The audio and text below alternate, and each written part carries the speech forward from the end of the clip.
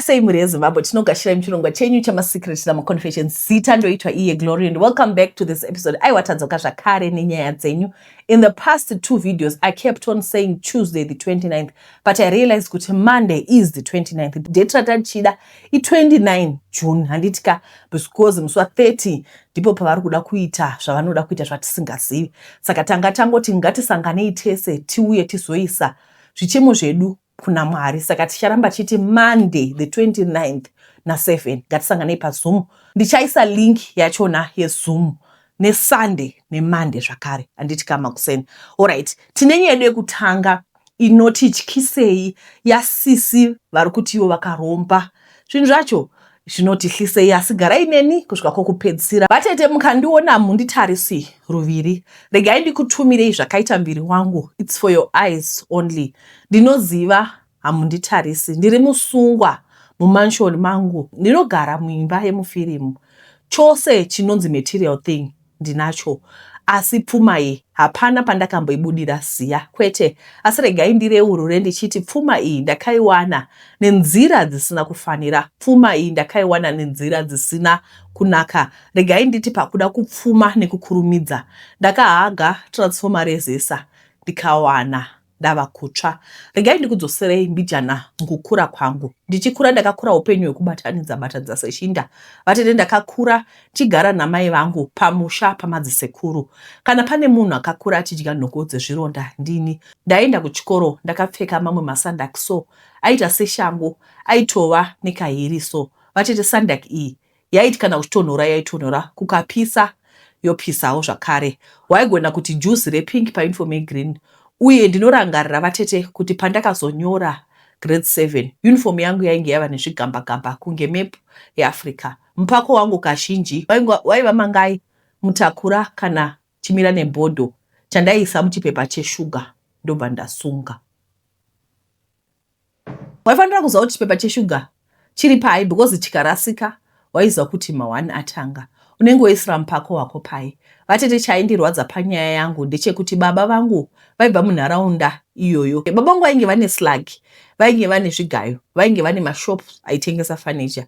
Vatete pamastandards emazuva ano baba vangu vainge vari mbinga. Amai vangu pavakaita nhumbu vakaenda kundogara nababa, asi mukutaura kwazvo baba vangu vakaramba amai zvese neni. Amai vangu vakadzoka kumusha vakachekerwa pekugara nana sekuru, hanzvadzi dzavo. Vatete ndiwo makuriro atakaita. Kuti ndizoenda kusekondari, vatete ndakanzwirwa tsitsi navamwe fata vechechi yeRoma vaiva murungu ainzi Father Roach. Ndiwo akazoita kuti ndiende kuchikoro pamishini. Ndipo pandakaziva kuti unotopfekawo shangu yechikoro uchidzirwa. Vatete chinondirwadza panyaya iyi ndechekuti baba vangu vakazowana umwe mukadzi vakatoita vana vavo. Vana vakakura upenyu hwakanaka ivavo. Chero waiti ukasangana navo waitoona kuti tainge takasiyana kubva kuzvipfeko kusvika kurukanda, waiona zvose kuti zvakaringana.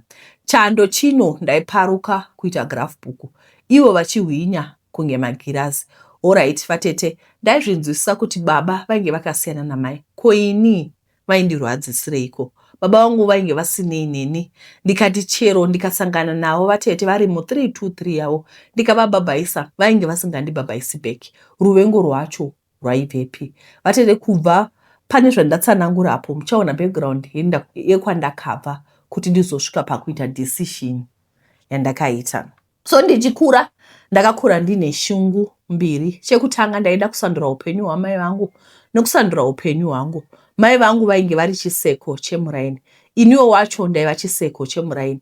Waiti kana ndikanzi mwana wamapfumo uyu vanhu vairamba. Shungu yangu yechipiri yaida kuzoita upfumi hwakadarika hwababa vangu. Vatete handiti vainge vatsvinyira mai vangu, iniwo ndaizoita upfumi hunodarika wavo. Ndakapedza chikoro zvakanaka ndikapasawo.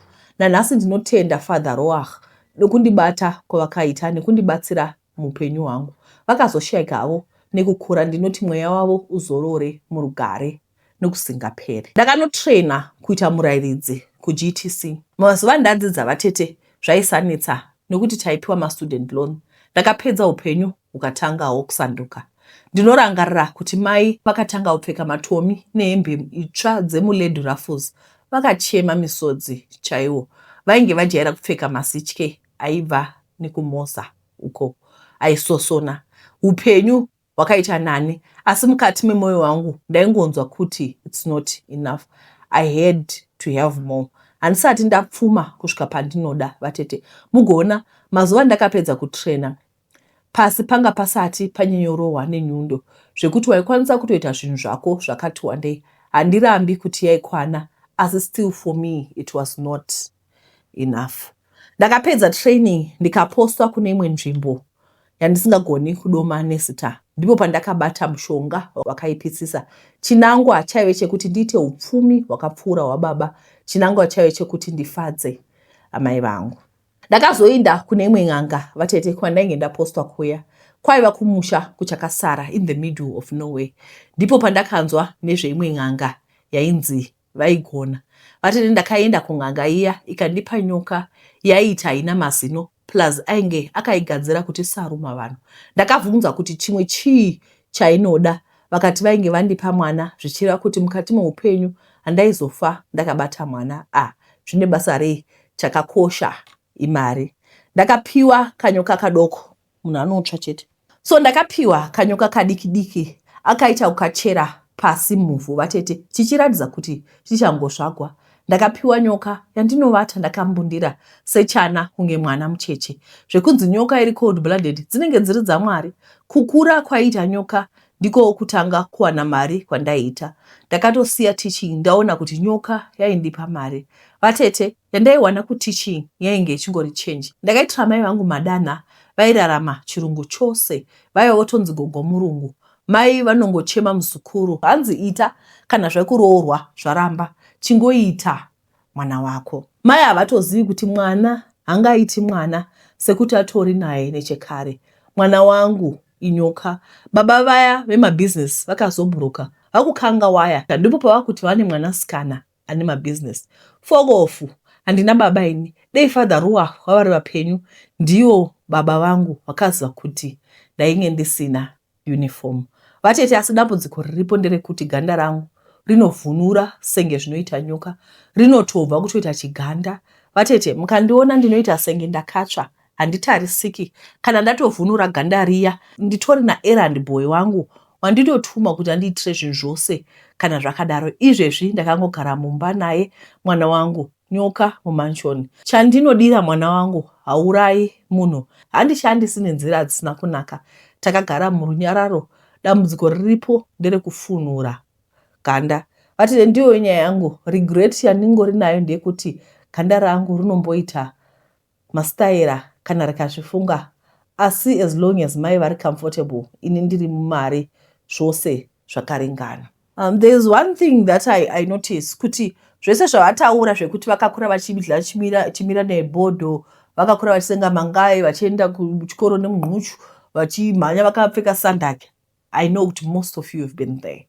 But one thing that I know is ukava munhu ari, if you pay unto those that wait upon the Lord, and they shall fly like eagles. Muhama iguru aya nasina tara chirungu ndikuchazotora semunhu kuZimbabwe chai. It's giving Zimbabwe. Mucha fly sema eagle in the end. Just wait upon the Lord. There's nothing new that she said chatisingazivi apa. Pataura kuti taidla mupoqoko, taidla miri namiri. Ndo zvinhu zvatakangokura tichidla izvozvo. Upenyu hunenge hwakaoma, but Mwari vane a way of doing things for people vanoratidza kuti vakavimbika, vanoramba vakamira pana Mwari. Nditika. Alright.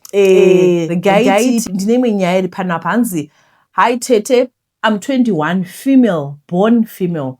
But for my reason, my breasts never grew past the initial stage. They are barely there. I feel so insecure. Sometimes people even doubt if I'm fully female. And to make matters worse, I have broad shoulders. Anyway, Kuva 2017, I have a memory from when I was younger. In my culture, they believe that if a girl's boob starts getting too big at a young age, they'll stop them with a cooking stick. I was 6 and saw my cousin getting that. And like any child, I was like, me too, I want. Could that be the reason? Because this can't be genetics. Everyone, kuva uma family kwedu, ni my siblings, ni masamu. Also, another thing, Tete, my life has never been smooth. It's always rough. My problems after problem, kind regards.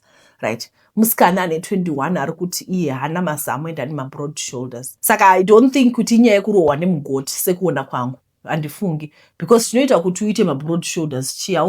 And you also said kuti dzogona dzisiri genetics, but I believe kuti there's something, hormones or something, and because patotanga paunosvika 14 paya hormones akadira kandi paunotanga kuita mazamu nechi. I need you to go and see a doctor. Untanga kuna GP chaiko vakuti meno GP vanozokupa referral. Anditi pampacho ndinoona sekuti tinorera zvinhu zviri abnormal tingoti zviri normal. It's not normal. You need to have mazamu. I don't know, she didn't say anything about the period, but you need mazamu. Chotozoita kuti mashoulder aite kunge broad kunguti panenge pari plain apa pasina mazamu. Anditi alright, regai tipinde munyaya inotevera. Makadi Auntie Glory, I've been looking for your number to no avail. Zita rokuzvarwa ndinonzi chakati makore ndine 23, ndakaroorwa 2 years ago. Tinogara tiri vaviri nemurume wangu. For 2 years we've been trying kuita nhumbu asi zvichiramba. For this past 2 years hapana chatisina kuzama kuenda kumaprofita tinochikwa kuzama home remedy, kuenda kumadoctors for medical help. Vanongoti hapana chiri wrong with us, zvichaita. Now that's one story for another day. Nyaya ndiudza pano Tete yakamira yakadai. Murume wangu anoshanda pane imwe kambani, basa rinoyemurika chaizvo, asi dambudziko here. Last year akapromotewa akushanda muoffice make upstairs, kusina noise, kuri peaceful, even atori assistant musikana PA. Some months down the line ndakadarika nekubasa kwemurume wangu ndichida kumusira lunch. Vana bamunini pabasa pavo vanoshandira paground floor vakabva vati endai kuoffice variko, but vane kakutarisana kavakaita. So ndakangoti ameno pamwe ndindaresva kuona pane nyaya dzavo dzavanga vachitaura havo. When I reached upstairs, the door was locked. Akabva ati kune vanhu vezvikureti vatanga takawanda. Ini what? Ameno naitete nevedare kune zvakadaro here vanhu ava vane zvavanoita. After ipapo I became suspicious. I know kuti hazvisi healthy. I could check phone yake ndaiona machats ake assistant wake. Mamwe akaita sana yava say flu. Chadarika nekumba ndichikuona. Oh, you look cute. Ndakazogara pasi naye ndikamubvunza, but Tete munongoziva munhu anotaura zvaanoda kuti uzive zvaasingadi anongoita onyepa hake. 2 weeks ago Manheru tichiona bhora akanga achisekerera ari pafoni pake. Pandakamutarisa akavhunduka chaiko, mvaisa foni kuseri kwake kure neni. Ipapo ndakabva ndasumuka ndikanotora foni yake. Wanei ndati vanhu havachatauri zvese izvo, aiwa havachashandisi WhatsApp, vakushandisa TikTok inbox. Wanei murume wangu ari kutoti kuna assistant usadaro. Mai kumba vakati wave kugara pedo nesu ndinotamisa. And she replied with an audio laughing yake. Izvi Tete zvichira kuti paya pandanga ndamuudza kuti mawirirano amuri kuita naassistant wenyu nematauriro amuri kuita pafoni ine haasi kundiitira. Iye akatoudza ake assistant wake, now he is making fun of my emotions. The same person wandiri kucomplain about association yavo. I was at Tete to think kuti pamwe his cheating is another story, kuti they are even making fun of how I feel about their interactions, and also anoronga everything na mama vake. I'll tell you about this part another day. Pamwe nhasi nyaya yacho ingazonyanya kurebesa. Alright, saka vagumira ipo panapa. Anditika, there's a lot that is happening. Why would he hide this phone from you? Pane red flags akawanda. Pamakasvika kuoffice muchida kunopa munhu lunch, vanhu vakasara vachitarisana downstairs. Vati endai mudenga, endai kuoffice, vanhu vakatarisana. Handiti zvira kuti vanhu vane zvavanoziva zvamusingazivi. Vasvika kuya muoffice muna PA makakiyiwa door. Kwaita achivanda vanhu vezvikwereti. Zvikwereti zvipi? Zviri personal kwete zvikwereti zvekambani. Handiti zvikwereti zviri personal zvake zvamusingazivi here. So this is a lie. Lie number 2. Number 3, munhu abva ku anoti akagara ari kutaura ari kuchata pamakaona kuti paakaona kuti makamutarisa ndovavhunduka akakanda fonuku. Why? Ine musikana uyu hanzi ukaona munhu oramba achitaugwa nezvake mumba make uchingonzi Rose ukaona Rose akuramba achitaugwa over and over, it means there's something more. Vanokirana vachiitei sei vanhu vekuofisi vachitarisana. Amai mwana murume watogwa naPA, full stop. Ndopamunoona kuti vamwe vanhu vazhinji hatizombowani mapromotion muupenyu because tikawana tinokanga mukatabva. Imi mai mwana ndima kudosekwa ndima dova benzi. Vakutoseka kuti kwai mai vakati hey chichi I don't know, you didn't write it properly there. Chanongotaura kuti murume watogwa naPA. Ndo zviripo. handizivi kuti what can be done, asi murume watogwana PA. Alright, regai tipinde munyaya inotevera. Hi auntie, I don't know if this is the right platform. Let me know when you post. Ndine nyaya yangu. I'm a girl age 24. Muchanditi Tariro, not my real name. I grew up muno Zimbabwe in a family inoenda kuchurch. So ndiri form 4 I had a relationship yaitova serious wekuti everyone including my parents vaitoziva, but then this guy just ended things for a reason I didn't know. Then ndakazoita imwe relationship A-level. Takazomborambana futi for no reason. After ndanyora A-level ndakatombogara ndiri single, then ndakazotanga kutaura nemwe mukomana anonzi T. I knew this guy briefly kubva kudhara. He was 9 years older than me. He was 28. Inini I was 19. He asked me kuti ndiende kunomuona. Ndaina ndakatadza kukunda miedzo tikarara tose zvakanaka zvikadii. Ndakaenda kumba ndikagara. Ndofunga mazuva 4 chaiwo ndobva ndasangana nemuprofita akanditi ndikuonawo nemhepo yekumusha kwenyu ikuda kuti usatombobudirira muupenyu, kupasa kuchikoro wakapasa zvinodadisa asi uchashaya basa, and also nekunaka kwako kwese ndikuona wazongomitiswa vana 5 nana baba vakasiyana-siyana asi vese vanopfekwa nemhepo yekuti vakuseme. Kana mangodanana motorambana zvisina tsarukana. Kana uchida kundiso uya kusowe rangu. Ndikangoti okay, but I didn't want to go kunana madzibaba vandisingazivi. Ndobva atonditi ipapo watozvitakura. And I was like, ndakarara nemunhu just 4 days ago. Atotaura zvenhumbu, he must be fake. I went home ndobva ndagara about 4 days again. Ndipo pandaifanirwa kuenda kuperiod. I didn't. Ndikatoudza sister yangu akanditi ndine PT. Uya titeste, and then ndikatotesta ndiri calm. Ndainanonoka ne 2 or 3 days, but I was shocked. Kuona patove ne 2 lines until within 8 days of intercourse. And vamwe vangafunga kuti ndanga ndagara ndinawo, but he was the only guy I slept with. Ndakaudza mukomana, mind you, we had met only once. Akatanga kuramba akati uchindiona pano at 28. I slept with countless girls. Ndichita withdraw. Hapana akamboida nhombo. I'm very good at it. Saka chii chinoshamisira pauri.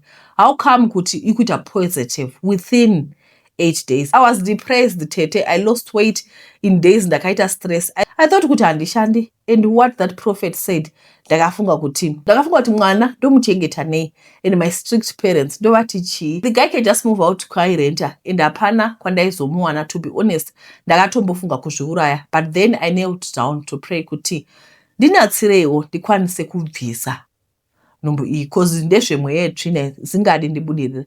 Up to now, I don't know if it was God or the evil spirit which answered that prayer, but that same day ndakangobuda pamba ndichifamba ndobva ndapotsa ndadhumwa nemota. Muridzi wayo akatomira and talk to me ndichingochema. Then I opened up to him. Akati he can help me kuita abortion iri safe. He was a doctor. Ndobva tatoenda tese kwaishanda kuone of the Central Hospital muHarare. Ndakatodzokera kumba ndakutorwadziwa. Then manheru I started bleeding. Ndakafara nchiti the devil's plan didn't succeed, but at the same time I felt really bad. Fast forward, ndakatogara ndiri single for another year. Ndobva ndaenda kune imwe city where I grew up. Ndobva ndaona another guy I knew. Tichangomuti Tabo. He came to see me, and I don't know futi what came over me. He had protection, but he made a mistake when pulling out. And tete, ever since my last pregnancy, I kept track of my period and ovulation. Yaitika exactly 14 days after my period. But apo Tabo, we slept together day 9, and he gave me my morning after pill. Ndikatoti zvapera. Then shamari yangu linked me up kune mumwe mukomana just to talk since ndashanya. Saka this guy akatondiendesa out and akatenga brutal fruit for me. And when I drank it, mazamu angu aibva arwadza kumanipples, and I told him anga ati ndinesi. Akatonditi only pregnancy does that kumsikana. Ndikatoti I'm not. Apa it was about 5 days after sex ndobva ndatanga kuita mazi symptoms pregnancy. Ndakazvitesta the first day yaita 1 line until 2 days before I expected my period. Ndipo payakabva yaita positive tete. Ndakapererwa. Mukomana akaramba futi. It seems as if pregnancy in a way. So this time I really believe that prophecy. Ukuwo zvamabasa I tried kupinda kunana nursing, police, army, ZPCS kwese zvaingoramba. Last minute ndatoenda kuma interview. I thought kuti handitorina future. Then I told mukomana that nurse about my situation. Akangoti futi he will help me get rid of it safely. Zvapera ndakagara hangu basa. I couldn't even get chero remushop or general hand zvaro zvanga zvakaoma. Just this year ndipo pandakazoti no man, the prophecy said what it said, but this is my life, let me take control. Ndakatanga kunamata ndega. I declared rusununguko ndichitsanya. I go to the point yekuti ndaingopfugama ndoti asi Mwari ndongochema kutadza kutaura kana one word. Ndazowana mukomana akundida tatova nezuva remaroro entete. Vakomana vese vandakamboda nawo vakunditsvaga vachiti ndaikuda, but I don't know what happened kuti tizorambana. Takamborambana rei. Mukomana weoya T akatotaura kuti he regrets chaakandisira ndichibvisa nhumbu dai tatova nemwana wedu atokura. After so many years they are realizing kuti they don't know why they left me and they still love me tete. Zvakaoma. And pabasa ndaingoti kaadvert kandaona apply zvekungotiwo kozi hapana kwandaimbodaidzwa, but ndakazongodaidzwa kunhu 5 for interviews and ndaitongofunga kuti ndinoita zvoramba, but kwese I was called kuti wawana basa. Ndakatochuza kwandaida kushanda pareception, no link no what. Saka right now ndikutenda Mwari ukavatsvaka he will surely show up for you, though it wasn't easy. I haven't forgiven myself nemaambitions. I think I have to see a therapist moyo mangu. Ndongoti dai ndakashingirira ndaingonamata zvinhu zvangu zvozaruka ndoshandira vana vangu. Ndinoimagina ndinawo. I don't know if I'll ever get through it. Vanondijaja, you're actually right. I don't think there's any justification pakuita what I did to my innocent souls. If I could go back in time, I'll do things differently. She said she's 24, right? Ngatidzoke panyaya tariro. It's not a real name. Not a real name. She said she's 24. I seen pane ka pattern so kekuti nosangane mukomana udana naye wata naye uita withdraw usara nenhumbu. Usangane mukomana udana naye wata naye pane pasina kana madays anditi usangane mukomana udana naye wata naye. Ka pattern kari repeat over and over again. I'm not here to judge you because we are all sinners anditi, but let's just talk about this. Zvinhu zvakaoma kuuraya mwana zvinotoda zvinhu zvakaoma ndozvandingataura, but I'm glad also kuti you managed to pray about this. And you said when you were 19 ndipo kwasangana muprofita vakatokudza. Inini guys ngatingoregai kuti kana tasangana nevanhu tiva entertain. Moza zvekuentertaina vanhu zvezve.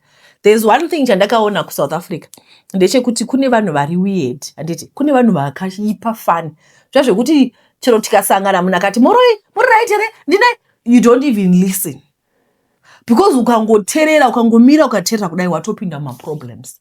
Saka I'm saying ngatizvidzidzeiwo semaZimbabweans. Madzibaba it's okay, vakataura zvavari kuona endewo, but wanga usina kuvabvunza. Ende ndoshamisika kuti iwe ukatosangana nemunhu anokuudza izvozvo iwe wotozvibhilivhawo. Handizivi hangu. At 19 you are too young to be going to be consulting. Kana madzibaba wangosangana nawo, I remember pane story takamboverenga yemusikana aitaura kuti ndanje zviyanikira imbe munhu akatoti wati ndiri madzibaba vedweka makambosangana, ndoda kubvunza vangani vakambosangana nadoctor vototi iwe mazamo ako akwakurisa indiri doctor, we need reduction. Kauti iwe une problem emaziso makambosangana nawo madoctor akadaro. Do you know kuti mogona kutokwira kana kuti bhazi kana ndege nemunhu ana doctor, you won't even know kuti that person is a doctor. Kusvika paita emergency ndo panosonzi any doctor munosumudza roko. So why is it that maprofita they want to rub it to your face? Tikangosangana yes glory wendotokuziva iwe wakazodai ukadai pane vamwe vakauya kuinbox mangu zvikanzi iwewo une vanhu vakawanda vanokuvenga ende zvinhu zvako hazvifambi zvazodii zvikadai. Akataura zvakawanda. He said a lot ndekugana paTikTok handina kupindura. I did not entertain him. I don't entertain that. Remember, this is a psychological game. And remember futi Satan haana kutorerwa simba, akadzinga kudenga asi haana kutorerwa simba. Remember every day pamunofamba pane ngirozi yaMwari, pane ngirozi yaSatan inokustada. Saka there's nothing new under this earth. Satan haana chaasingazivi pamusoro pako. Handiti botuza izvozvo. Saka don't entertain zvinhu zvisina maturo. Ndiri kungokuudzai fambai itai purpose muupenyu. Zvakangofanira kuti chero ndikasangana nemunhu ari kumisa lift chero zvikadii. By the way, musapa munhu lift. Munhu haapiwi lift. Munhu wosanoza kokurirwa makombi kana kuti kokurirwa mabhazi endai kupark station. Pana munhu anopiwa lift because zvinozokunetsa pamberi. Alright, regai tipinde munyaya inotevera. Tapa minutes manganiko. Ndauti kwai we're not 35. Okay. Tikazoedita anodzoka kuita mamashoma. makaditele ndiri musikana nemakore 28. Life yangu yakanga iri bondi nevabereki vangu vese vari right vaviri. I'm the only child of my parents, so I received treatment yemaprincess. Things change when my dad left us for no reason. Yanga iri yekuti vaida mwana mukomana, so daddy left kuti vanotsvaka mwana mukomana elsewhere. Mai vangu vakandikudza vega as a single mom, vachindiendesa kuchikoro nemari yekutengesa. Mama vangu was a very busy person, vaigara vari kuflea market kwavo vachitengesa hembe dzavo. Dzimwe nguva vaienda kunohodha, ndosara ndega pamba. I was used to it hangu. Ndakadzidza kuita mabasa epamba at an early stage ende nekuva responsible futi. Saka rimwe gore mai vangu vakatora hanzvadzi yavo kuti izogara nesu. Akanga atori munhu mukuru zvekuti anga ane makore 22 ini ndine 11. So he came paya achiti akuda kutsvaka basa. Ndivo vanga vakubika nekuita mabasa epamba so that ini ndiwanewo time yekuita zvechikoro. Rimwe zuva mama vangu vaenda kuorder, so as I was sleeping hangu muroom mangu, I remember it was a weekend. Ndanga ndisingaendi kuchikoro. Sekuru vabva vapinda muroom vakatanga kundiudza kuti ndanga ndiri munhu akanaka. He started complimenting my structure. Ndiri munhu ane structure yakanaka tete, even ndiri mudiki zvaitoonekwa. Semwana I didn't understand what he meant by that. So rimwe zuva futi vakapinda muroom mangu ndichitogadzira kuenda kuchikoro, ndichizora mafuta, vakabva vandirepa tete. Handisati ndamborwadziwa sezvandakaita ipapo. Ndakaitwa kunge ndachekwa nereza iri sharp iya zvekuti you feel the pain. I cried. I skipped school that day nekuti ndaisagona kana kufamba.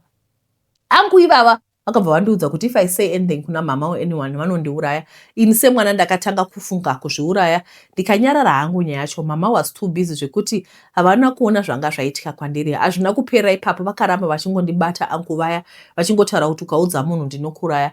Ndakanga ndisachachemi. I felt numb. I started dressing like a boy. Nchiti pamwe angu vangamira nyaya dzavo, but it didn't work. He continued. I was a very smart person zvekuti ndaisadzokorera hembe handinenge ndapfeka pandakatanga kuzvibata uyanga. I didn't care anymore about myself. Asi angu vaya vakatondiita mukatsi wavo. Chinondishambisa mama vaiti vachinditengera hembewo even pandaienda kunotenga ndega or buy zvinhu zvinopfekwa nevakomana. Havana kuona futi kuti something was off. Pandiri ndapedza kunyora grade 7, I told my mom kuti ndoda kuenda kuboarding school. All I wanted was kubva pamba ndonogara kusina bamunini. Dzimwe nguva I blamed my mom ndichiti dai vasina kunza sekuru pamba, maybe dai ndichiri pure kuti ndizowanikwa nemurume ndakakwana. And pane nguva dzandaida kuenda nawo kubasa kuti ndiwane kutiza angu, asi vaindiudza kuti ndisare pamba. Uncle ruined my life. Ndakaendeswa kuboarding school. Life was not easy. People called me names because of my dressing. Mama ainditi tomboy, vasingazivi the reason behind me dressing like that. I had one friend, vamwe vese vasikana vakanga vasingadi kutamba neni. I was bullied by boys. Ndikamboshingira form 1 yese, but ndakazokumbira kuti ndiitwe muday scholar because ndaizobatwa nestress kuti being raped then pozoita bullying yekuchikoro. It was too much for me. That's when my mom started to see kuti there was something wrong with me. Pandakadzoka kumba last term yeform 1, I told her kuti I didn't want to go back to boarding. Angu vanga vakutoshanda somewhere else. Mom vaiti vanga vane time vasingazivi kwavari. Vakagara neni pasi and asked me kuti chii chiri kunetsa mwanangu. I cried tete, you know, but it feels kuchengeta chinhu chakadaro for a long time without telling anyone. Then you get to let it out. Zvinorwadza. I told her everything kubva pakutanga and kuti that was the reason why ndaida kuenda navo kubasa weekends, but she refused. My mom cried. Vakazama kufonera angu vangu vachida kunzwa kuti varipi nekuti vaida kuvasungisa, but only to be answered nestranger. Vakaudza kuti sekuru vangu vakafira mumugodhi. Hameno kwavaita chikorokoza and body yavo haisi kuonekwa. I guess it was karma who dealt with my uncle, but I didn't want him to die. I wanted him kuti vasungwe and pay for ruining my life. Izvezvi I dress like a boy. Those baggy jeans, bottoms, handina kana dress randinaro wardrobe. Asi chero ndikapfeka semurume structure yangu inongobuda. I hate men with a passion. Asi they keep following me around chero ndichipfeka semurume. I don't know if I can get help kuti ndikwanise kukangamwa what happened and be able to move on with my life. Maybe and get married one day and also get to buy dresses. Ndinonzwa kutya vanhurume, but I also try to act tough kuti vasandijairira. Asi ndinodawo kuzopa mai vangu vasukuru sezvo ndiri ndega mwana wavo. I need help, sure. This is heartbreaking. This is painful. That's all I can say. I'm so sorry for what you went through. It's very painful. Guys, tokutendeni kona chirongwa kwamaita, musarega kuramba muchisiya macomments. Kune vaye vanoda goat milk iripo handiti. Tugaba tuduku turipo sure. Pane vamwe vairamba vabvunza kuti ko makazongoti aiwa inenge ichitoripo wena banda angofunga kuti month end kaplaza mwano. Iyo zvimuri kugadzirira kunongozawo uncertainty inenge iripo, asi chero uncertainty iripo toda kuti tingoglowa zve. Iwo mapunda anozodawo here munhukadzi naiweduwe. Right, saka musarega kuisa order dzenyu dzemagoat milk handiti. Tokutendeni kona chirongwa kwamaita, Mwari akuitirai zvakanaka. Tadzoka zvakare nenyaya dzenyu, handichakupromisi muchangoona yauya episode handiti. Bye bye.